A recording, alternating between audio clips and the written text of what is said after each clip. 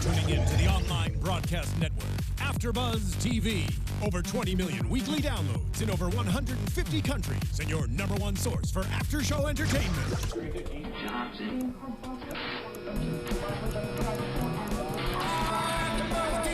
AFTERBUZZ TV, the destination for TV superfans. Producing aftershows for over 300 of your favorite TV shows, interviewing celebrities and showrunners, and bringing you behind-the-scenes exclusives. All thanks to E! Entertainment's Maria Menounos, producer Kevin Undergaro, and internet leader Akamai. Now, let the buzz begin! Cool it. No time to panic. No time to panic. No panic in this panel. No panic in this panel? None. I like that. I like that. Because very similar theme to last week. We were, don't worry about it. You know, what was last week? Don't worry about a thing. Don't worry about a thing. Thank you. And now we're cooling it now because everything's fine. Oh, we're going to start with some breaking news. Despite his 2 interceptions, Bill Belichick's going to stick with Brady at quarterback this week. No quarterback controversy. Yes. And as far as I know, nobody went in to Mr. Kraft and asked for more touches or anything like that. So bring it back, baby. I like it. Yes. Alongside Jason Cherella and former Parkway American All-Star Kevin Finn, I am Mike Conley. This is another edition of Patriots Wrap 360. Hello, Pats fans. So the Patriots, after going 56 regular seasons games without losing back-to-backs, they couldn't make it 57. They drop it to the Eagles 35-28. I'm not panicked. No. Okay. In some ways, I feel like, that first loss is like, okay, great. This undefeated thing is done, right? But I feel like they needed the second loss to now, like, have that a little adversity. That first loss is not adversity. That's just like, okay, well, let's get the monkey undefeated season off our back. Now let's get that second loss. And the Patriots seem to need that every year to build off of and move forward. Usually it's not this late in the season, but, so be it. Especially where, like, and how my thoughts are. I wanted them to lose, and face that adversity. And, especially in the way that Broncos game went down, where you could make the case, as we did last week, that the officials were kind of on the other side. It was kind of, 17 versus 11 on that game. But now, where it was fully, and Belichick, the writing was on the wall, so these guys were prepared. He called them the best special teams team in the league. Mm-hmm. And that was obviously on display because our special teams get into play. So, and guess what? In film session happened, the special teams got some coaching points, no question, to say the least. Yeah, special teams definitely came into play. It was a big part of the game, and I feel like Bill Belichick would probably like to have this performance back from his special teams. Not their best performance, but one that I think we can learn from. There was only 14 points scored on offense by the Eagles, and somehow they still managed to win with 35 points. So, I mean, to me, I feel like I'll take an ass whooping on the special teams versus an ass whooping on the defense. You know what I mean? Like, those are things we can fix. Matthew Slater missing an assignment on a punt return is not going to happen next week. I can pretty much guarantee that. And by the way, how is it that Matthew Slater, he gets hurt every single game?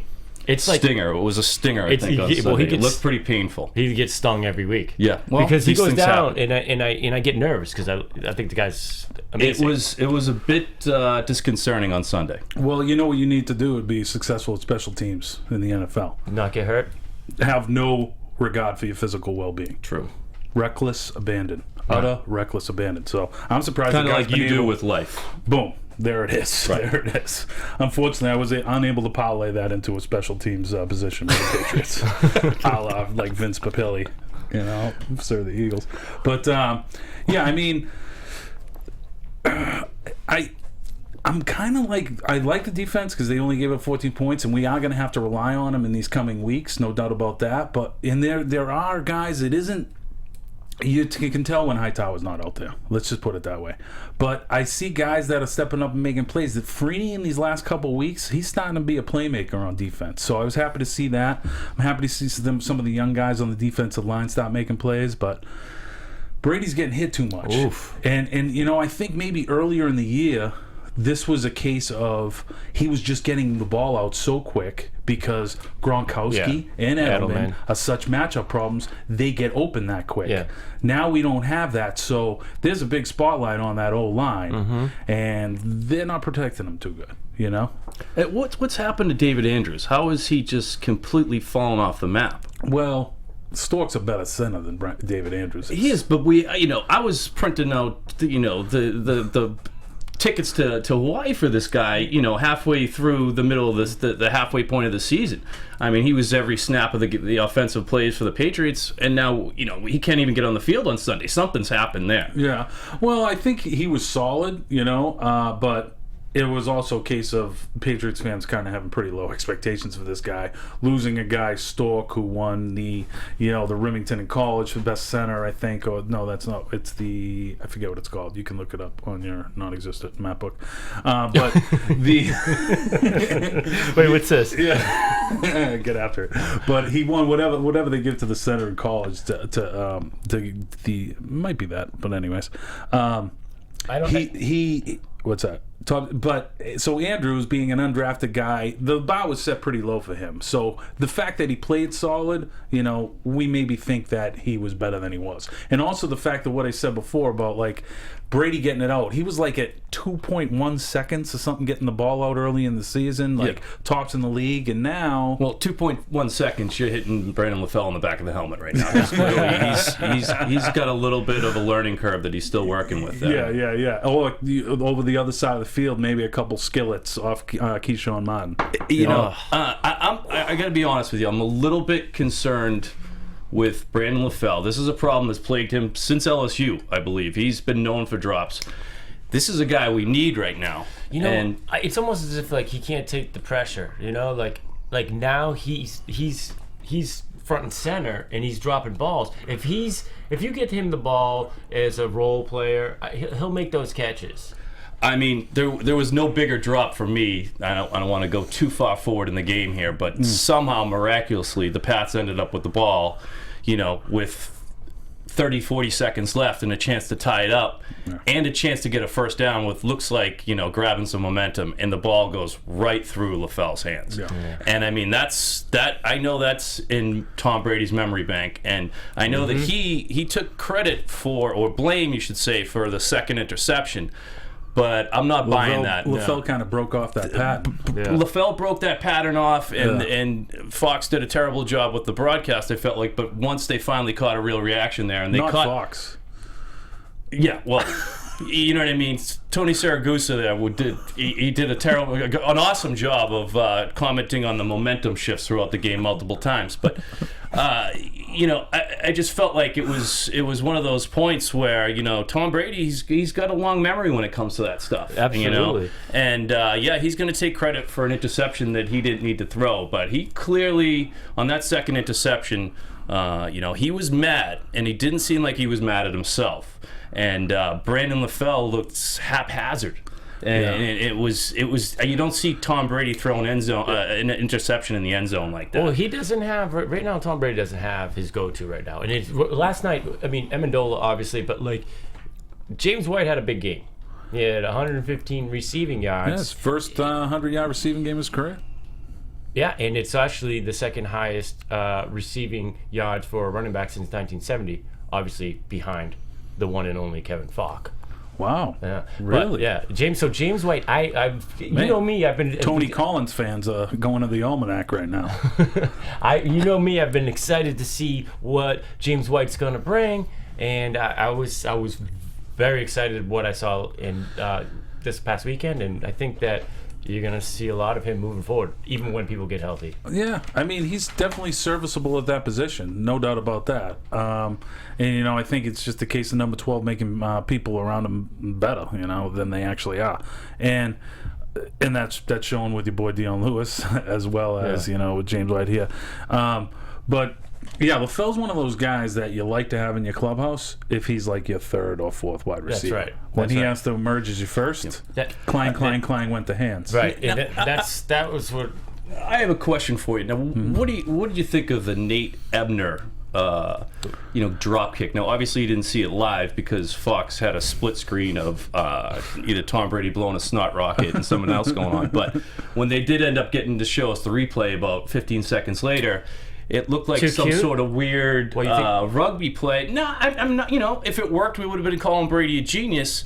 But at one point, Belichick. Brady is getting control of everything. But, at a certain point, you're wondering if David Blaine's going to run out of the tunnel for the Patriots with the Tony Franklin helmet on. I mean, it's, it got a little bit strange there that, he got so pumped up for the best special teams unit in the league that he almost got ahead of himself a bit, I think. It was an awful call. It was a tough call. It's probably his worst call of the season. But here's the thing. They got the ball on the 40-yard line, okay? And then right after that, I'm pretty sure there was a big sack, I think, and Malcolm Brown had a sack on second down. They lost like 6 yards. So now, I mean, they're really at a decent return. But it was the momentum. There was something odd about it, and for me, that goes along with the Brady pass. Yes. That was the first play that they ran out of training camp. The very first play they ran out of training camp was that Brady double cross pattern pass to Brady, and it was great. It picked up the first down, but it was a little bit like that was the curtain was down. Yeah, that was much later in the game. Yeah. But again, I'm waiting. Is David Blaine coming? You know what I mean? What's going on here? We're pulling everything we have out of the hat. Well, I believe this young man with his hand up wants. Yeah. Go ahead. You were like. Well, I'd like to say, if we're talking about the Brady reception, okay? Like, to me, that felt like they were talking about it. No, we're not talking about the Brady reception. Oh, we're not? We're still talking about Nate Ebner's drop kick. Okay, well, I'll talk about Nate Ebner. Okay. I don't think it's necessarily a bad decision or a bad call. I think that at that point... You're wrong. At that point, and I get it. After that happened, it was just downhill. I mean, snowball downhill for the rest of the game. But at that point, the Eagles' offense really wasn't moving. So to me, it's like, okay, if it goes poorly, they're still going to get the ball at the 40. They haven't been able to move the ball. We can get out of this and be done. Or you could go with the dagger. I mean, look, like you said, if we did get the ball, then he's a genius, and you're up 21-0, and you don't look back. To me, I'm not against the onside kick call, but the Nate Ebner drop kick onside kick call, it's like that's a good. At that time of the game, if you're going to call an onside kick call, you're relying on the element of surprise. Yeah. So when you lose the element of surprise, when the guy who usually kicks the ball, Gostkowski, is now not kicking the ball, instead Nate Ebner, former rugby player, has the ball in his hands.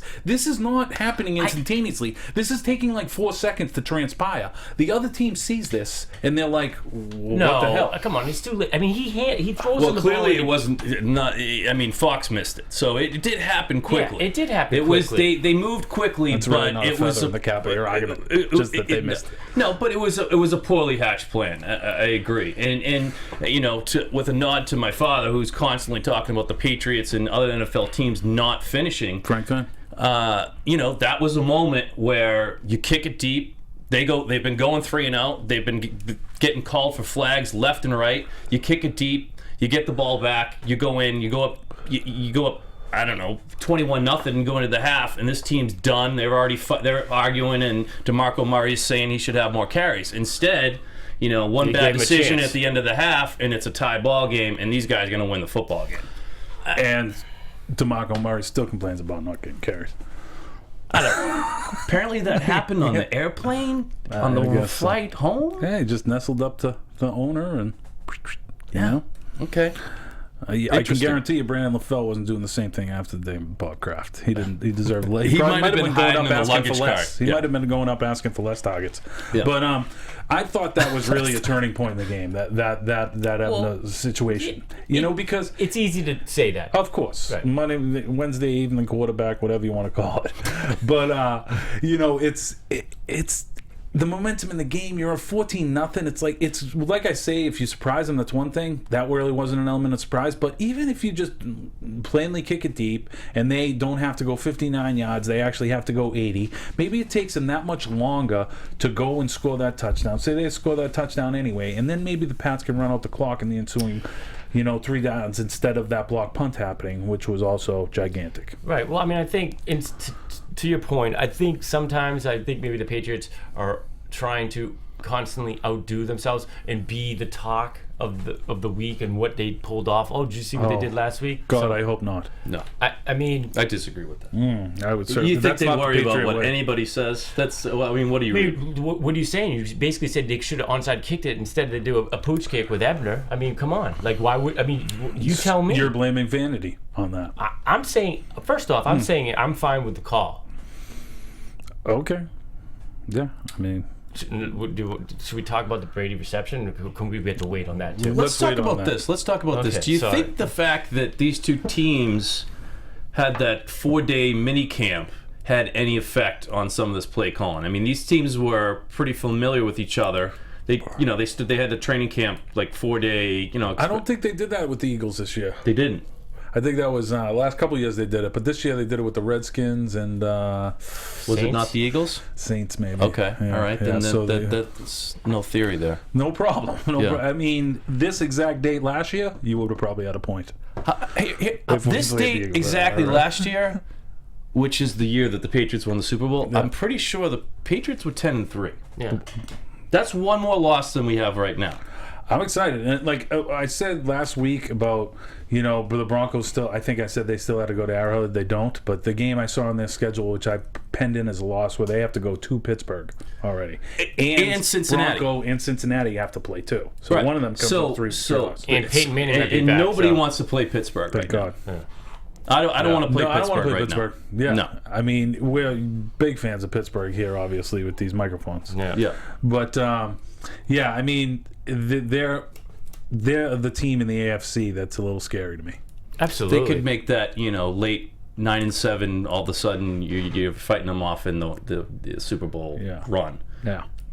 But I think what's important is being healthy come playoff time. Because, I mean, it would take an utter collapse for them not to at least finish with a division win, which puts them at least, if they have to play that first weekend, they're hosting a game. So that's not in bad shape. Granted, we want to get one of those first two, get a bye, and make sure these guys have another day, especially. I mean, let's be honest. I mean, the success of this team, I think this year is based around who comes back healthy. Like, you're not worried because at this time last year they were 10-3 and they're 11-2. But like, if Edelman doesn't get back, if Gronk continues to be lingering in injury, like. We got a problem. Yeah, we do. And the biggest problem I'm seeing is third down. LaFell, even when he does catch it finally, he does not have the yak, you say, that Julian Edelman does. I mean, that guy just has a way of squeezing that last 2 to 3 yards out to get that first down on third down. And,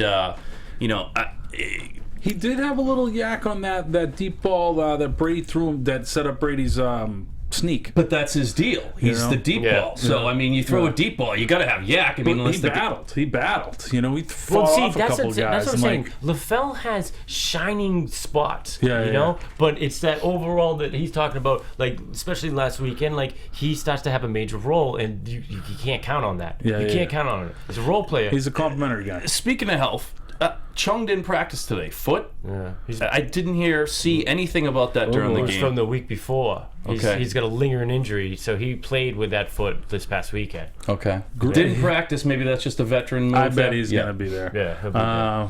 He's just a tough dude. I'm wondering about Hightower. Will Hightower be back? Was he at practice today?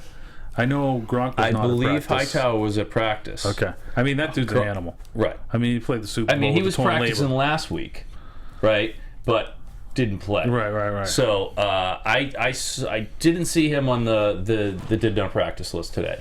We expect Gronk to be out, right? Are we? Gronk's out. Yeah, Gronk's out. I think they may have actually already announced that.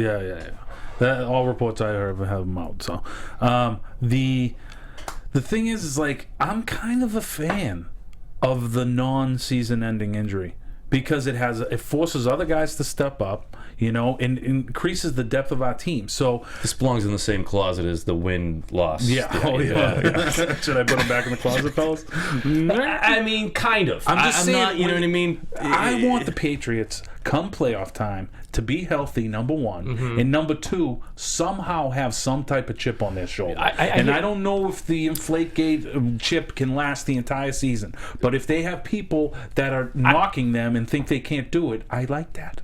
Okay. Chip Very on your much. shoulder, by the way. Yeah. Well, The score of last Sunday's Patriots game is still, to this moment, Wednesday at 12:30 East Coast time, still up on the scoreboard at Foxborough. Interesting. A little bit of gamesmanship there from Big Bill. There you go. Or, Big Bill. not really gamesmanship. I'd call that coaching. Coaching. Yeah. Just straight up motivation. coaching. But I mean, are they going to be able to see that in whatever the stadium's called down in Houston? Aren't they in Houston this week? Yeah. Well, they're practicing. They don't leave to Houston until probably tomorrow. Oh, there you go. There you go. And maybe the front office needs a little kick in the butt. Maybe so. You know what I mean? By the way, what do you guys think? I mean, I thought the fans left a little early. That's was definitely on my docket. First off, hurt. there's a couple things that transpired there, though. I mean, how cold was it? It didn't look like a very cold day. So, I mean, we've all been to some bad Pats games back in the day where you had to head for that exit. This wasn't one of them. I don't know what was going on there. I know what's going on. Sully and Digga back at the station wagon. This is just a case of we're a spoiled fan base now. Very exact. That was my exact. Yeah. Because you saw where they were peeing right in the middle of the stadium. Yeah. They weren't up high. They were right in the middle in that middle zone. They go in and go to the heated thing, and it was all the red seats. It was the red seats. It was corporate seating. Oh boy. Yeah. Oh boy. And I was a little disappointed. I mean, that was 11 minutes left in the. Terrible. I mean, getting called out by the announcing crew. I mean, I could see if, it's 91 and you're banking on Hugh Millen to bring you back from 3 touchdowns down.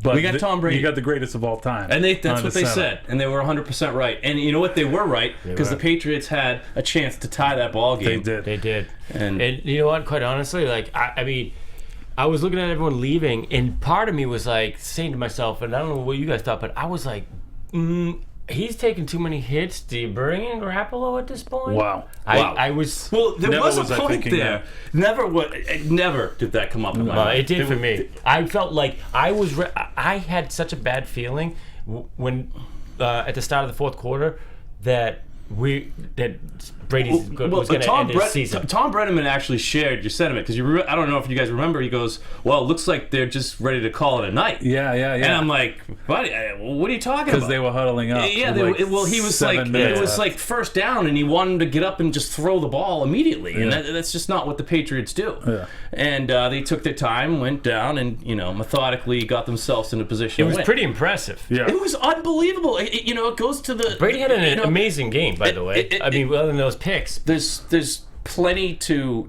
pick out of the win, out of the loss. I'm sorry that could be small wins. I mean, if we can't fix those things on special teams, if anybody could fix the mistakes on special teams, the block punt is a missed assignment. Yeah. Those things are not going to happen. Punt return. Punt return. Yeah. very fixable. Very fixable. You're getting drilled all week about how this guy shreds it and how they have so great. How do you all of a allow sudden, a punt return? It's crazy. There's certain guys in this league that you just look at and you're like, that guy belongs on the Patriots at some point of his career. And this week for me, Sproles. Aaron Sproles. Yeah. Oh, he's so. I mean, the guy. It was like Pee Wee football. He's You're wondering Kevin when he's Falk. coming. I thought he was going to be to come out and play defense in the second half. Yeah. I mean, kick return, punt return, running, catching. Great game. Yeah, great game. And I was just I don't want to say shredded, but he had some success running on the outside, like we talked about last week with the Pats not looking too good on that stop and C.J. Anderson. And so I'm a little worried about that. That's Hightower. That's a lot of that's Hightower. Freeney. And, just Collins maybe being only back one game and maybe Gerard Mayo still getting his sea legs after being injured, what have you. But how about Jimmy Collins? I need Hightower back. That was a great game. That strip was huge. I mean, come on. When they did that, I was like, here we go. We're going. It has been written. And unfortunately, there was stone hands. And not only by LaFell, there was like 3 successive drops. Dola had he started the game with drops and he ended the game with drops, and so that's kind of the difference between him and his level of echelon. I think is he's going to make these circus catches, but unfortunately, I think on first down in the first quarter, if you throw him a laser beam, he might drop that 8 out of 10 times. He's another one of those guys that's great as your third or fourth guy, but when he has to emerge and be one or two. Well, it's going to be dicey. He's one or two right now. Yeah, and LaFell is two. But here's my question: how about Keyshawn? Like, Martin, do you think that because of the reps that he's getting now, he's going to get better? He's going to get to your point earlier, he's going to get the reps, and so when people get healthy, I feel like it's going to help the team immensely. No question. I think Josh Daniels likes him a lot. You see that I don't know what you call that kind of snap sweep that they do where they just snap to Brady and he just tosses it and he outside sweep. He picked up a couple big plays on that play. Yeah, I think he's getting his legs. I He's like getting what his I've sea seen legs. him, except his drops. But that's going to come. I mean, that fourth down that ball was right there. Brady was putting the ball there all day. He had great touch on a couple Chandler passes, Adola dropped that one that went to review. Yes, should have had that. Should have had that one, and that's first and goal from the 8, and possibly a touchdown. But here's what happened on that play. That ended up resulting in the first Brady interception. Well, what happened? The next play, James White takes it down on a screen down to the 1. Now he could have maybe got in too if he didn't stiff arm that guy and he just tucked his head and ran for the pylon. I thought he was going to get in there for sure. Wow. And a little bit surprised we didn't see the patented Tom Brady sneak there rather than the handoff, because then Malcolm Jenkins takes us for a 4-yard loss, and all of a sudden we're looking at second down and long. Brady throws it away on second down. Third down, one of Brady's worst decisions of the season right there. That was double coverage. Stares down Dola from the backfield, throws into double coverage, and highlight reel for Malcolm Jenkins. Yeah, instead of 21-14 Pats or 17-14 Pats, it's 21-14 Eagles. That was huge. Yeah. And that one was on him. That's one that he took credit for both, but he knows that. Did you see his attempt on that tackle? Yeah, I mean, I just want him to run to the other side of the field. Too. Just run straight to the bench. You run right to the bench, sit down, and sit next to, Josh McDaniels. I know you usually do your slides on offense, but this is a case where you switch to defense, you do a slide. Yeah. Just run over, slide. Yeah, I know he's all hyped up about his physical shape, and I'm into it. I mean, he looks better than ever. Yeah. But I don't want him making tackles. Yeah. If you're going to play till you're 45, not making tackles. You don't make tackles. No. Hell no. It's about keeping you upright, and that's pretty much the theme of the season. And we have to get back to getting guys open enough where he can unload the ball or have these, offensive linemen be able to protect him for 4 or 5 seconds. This guy's amazing, and just his pocket presence, and the few plays he had where he just kind of comes up in the pocket, tears through a tackle at his waist, and makes a completion. It's well, that is appeared to be the new kind of game plan for Tom Brady this season, is don't let him sit in the pocket and throw.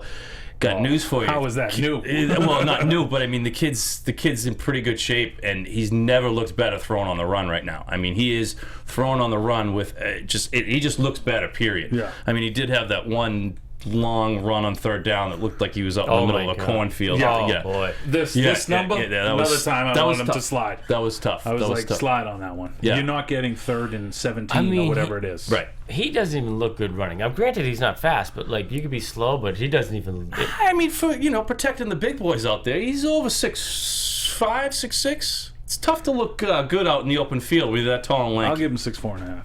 I'll give him 6'4.5". Gronk is 6'8". Although he looked pretty damn good on the reception.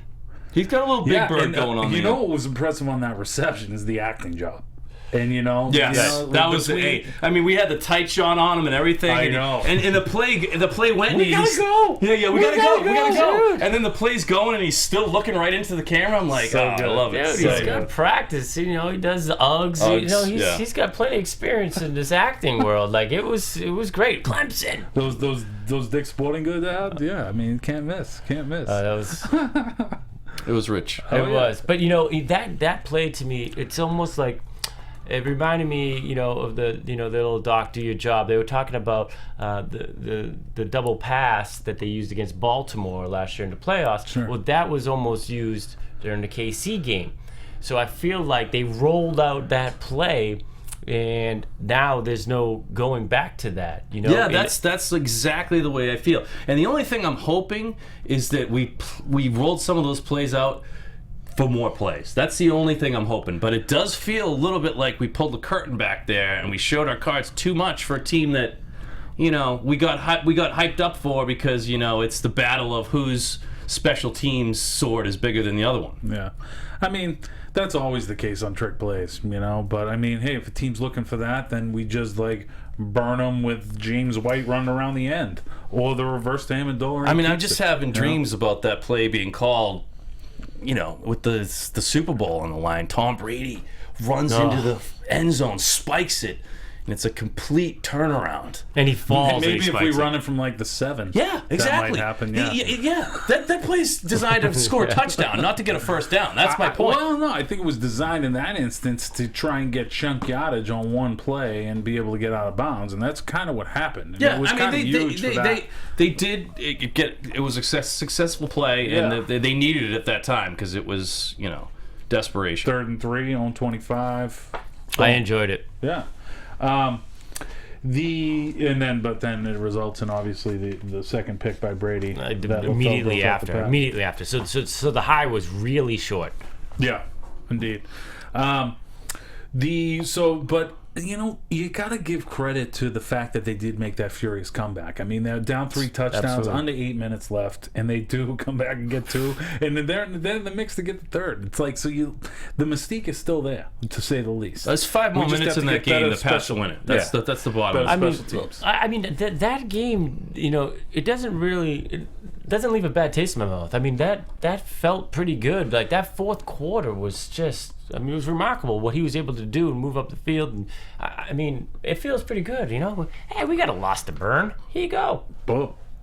Yeah, that nice touch pass to Chandler on that. Oh man, that was nice. You know, the third down thing is concerning me going into the playoffs. We're gonna, you know, there's gonna be a lot of big third downs.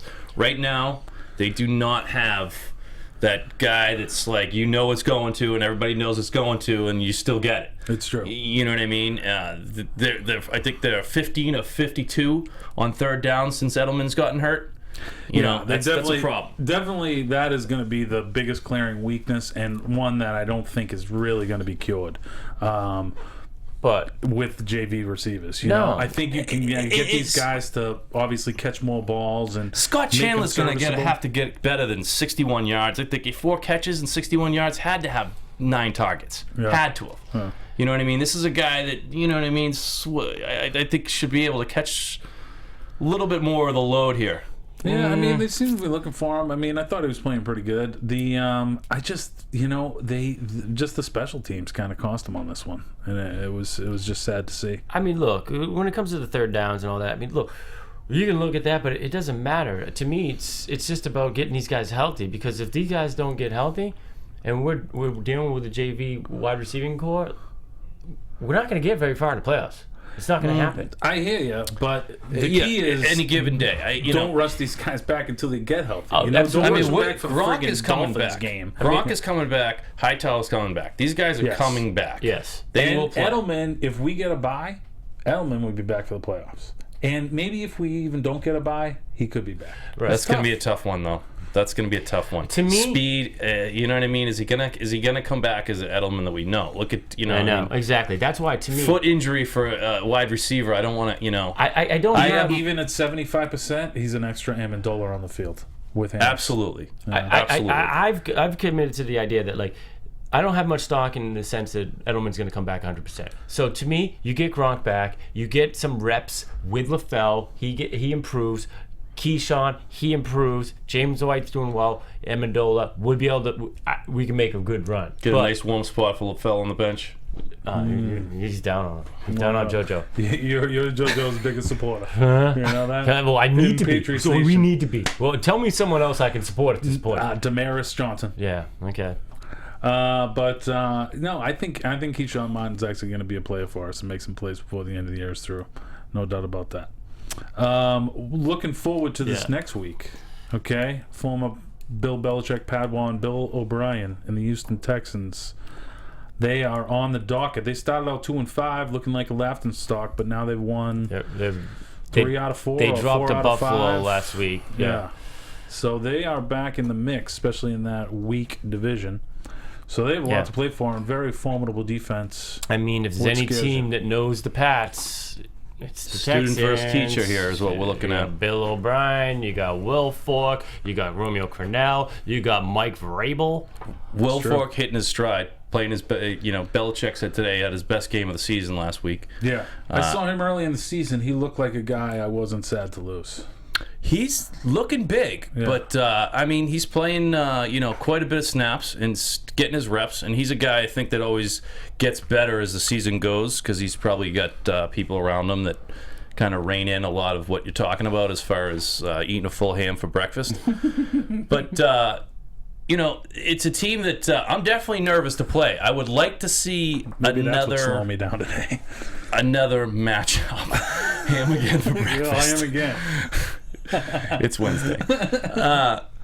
I'd like to see somebody else. I wouldn't mind seeing, they play the Dolphins last game of the season. If you could give me a switcheroo right there, I'd take Houston right now in the 16 spot for us and take Miami this week. Right. I'm a little bit nervous, about the pressure to not lose 3 straight, to not get into a losing funk, to not think that we can't win with these players. And this team's going to come to play. Yeah. Bill O'Brien is going to have the F-bombs flying in the locker room. He's going to have this team fired up to play. His potty jar, he's going to be putting all kinds of cash into it. If you guys saw Hard Knocks.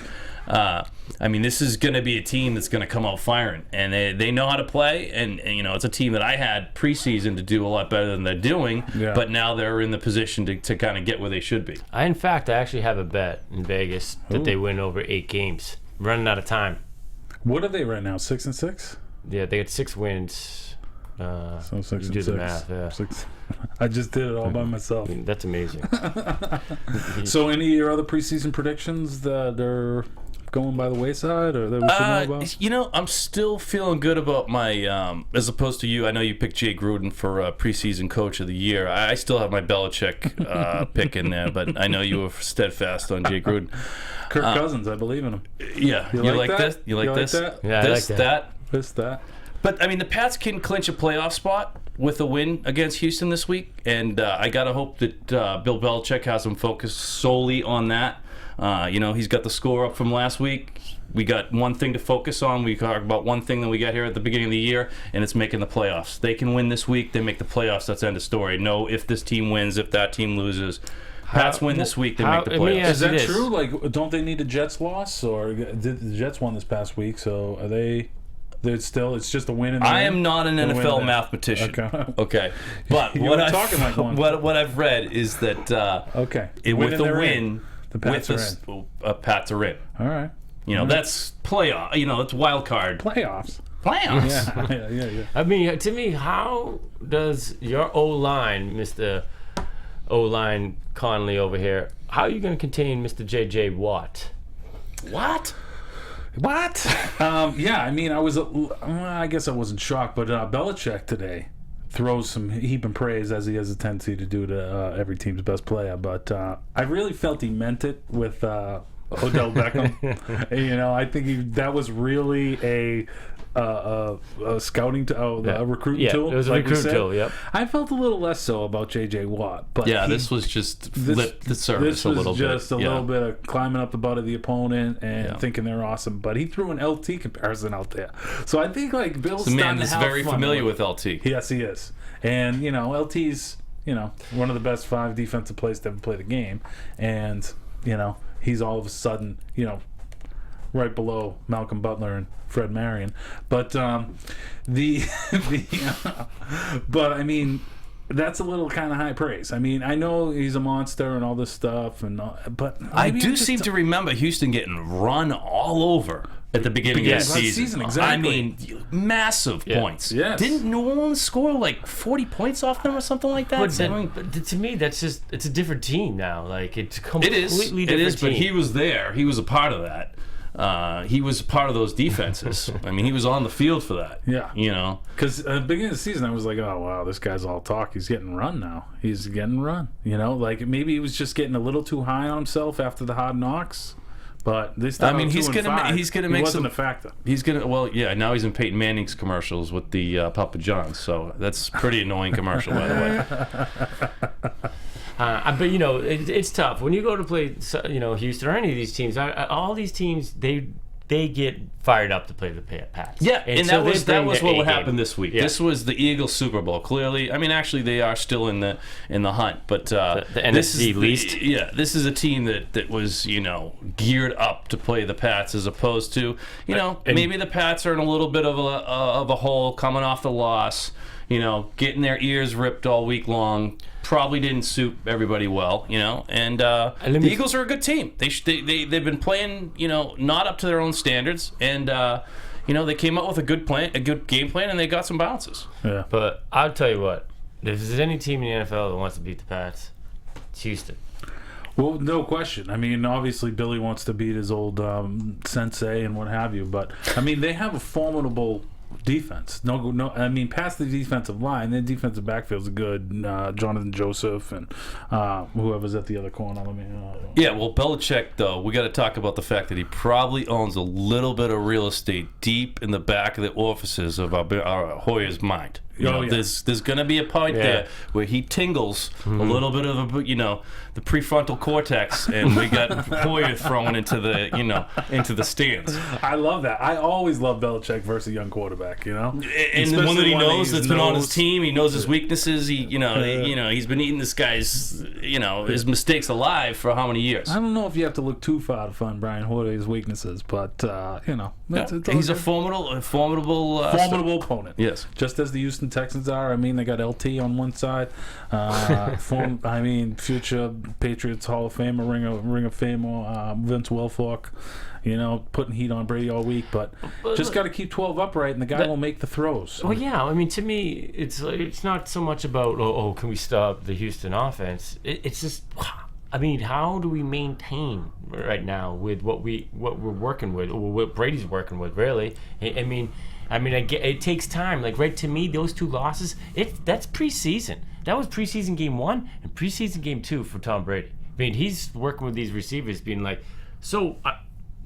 what's your name again? Yeah, what's your name? Like, timing, everything. So it's, we got 2 preseason losses with this new offense, and we got Malcolm Butler going up against DeAndre Hopkins. I'm sure this is going to be a nice matchup to watch. Huge. Hopefully the refs let him play, because that's a great receiver, and maybe his biggest task since week 1, perhaps. And that's a good point. Like, this season, I feel like the field is just littered with flags. I mean, is it this game, I mean, I'm not going to say they did a bad job, but the game couldn't get out of its own way through the first half. Lot of yellow on the field. I mean, to me, it's just like you said, like, let them play. Like, as a viewer, and you're watching these games, there's so many flags, and bring it back and start over. Let's do it, third down again, and it slows the game down. It's not as fun to watch. I mean, they're calling too much, I think.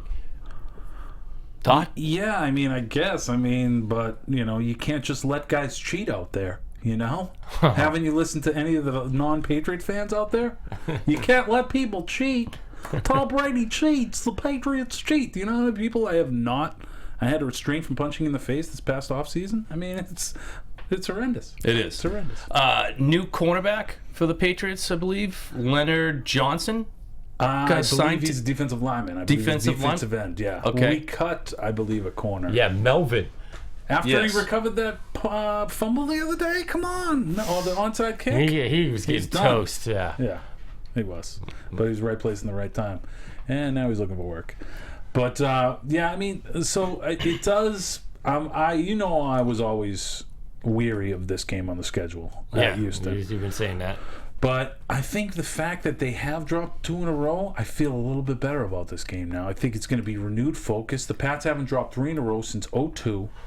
I don't think it's going to happen this week. I do have kind of changed my expectations. I'm not necessarily expecting the Pats to win out from here, and I don't think that's You know, that was something that was kind of, well, we're in the middle of that undefeated hunt. Was like, oh, if they lose one, then they're just going to lose one game, and it's going to be 15-1. Right.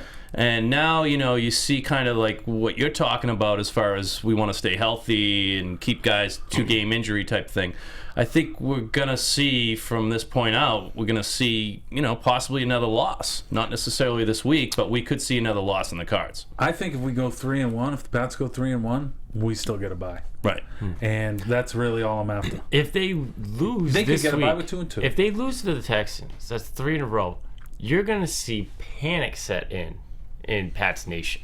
I mean, it's all just going to start raining, and you're going to hear the media. They'll be careful because they know what happened last time against KC. We're going to be back to after week 4 in 014. Yeah. All of a sudden. Yeah, I mean, but the big knock, you know, again, going back to what we're repeating is, oh, you know, they don't have the guys, this and that. I mean, the Pats, they scored all those points on offense. The Eagles did not score those points on offense. We clean up those mistakes on the special teams. This is a different ballgame, and we're on to Houston. That's a good point. And you know, if that happens this week, hopefully, you know, if there is a loss this week, there'll be more things that we can glean out of it as wins, like we're trying to do with this Eagles loss. But I mean, you know, it's tough to call this game a fluke, you know, coming as a Pats fan, but there's a little bit of flukiness. I mean, if you can pull that trifecta off, punt return, pick 6, and a blocked a kick return, no, blocked punt, a kick return, and a blocked return TD off in one game against the Patriots again this season. I mean, that's not win that one. No. There's a little bit of a tongue twister for me, but I won that battle. Well, I believe Coach Belichick was saying the same thing and said you're going to lose 98% of those games. And that's going to be true. Exactly. That's going to be true. Exactly. So the good thing is now we're in a case where I don't think the special teams are going to have any problem for the rest of the season. Right. Which is exactly great. And, like, you know, whereas if you're, say, you know, 18 going into the Super Bowl, they might be ready to make those mistakes, you know? So I think there's plenty of teaching points, and it's good where we're relying on so many young guys to fill so many roles that we have these losses. So it isn't a case where they're like, wow, this is my second year on the team. We won the Super Bowl, and now we're undefeated. Like some of the guys might have been saying 2 weeks ago.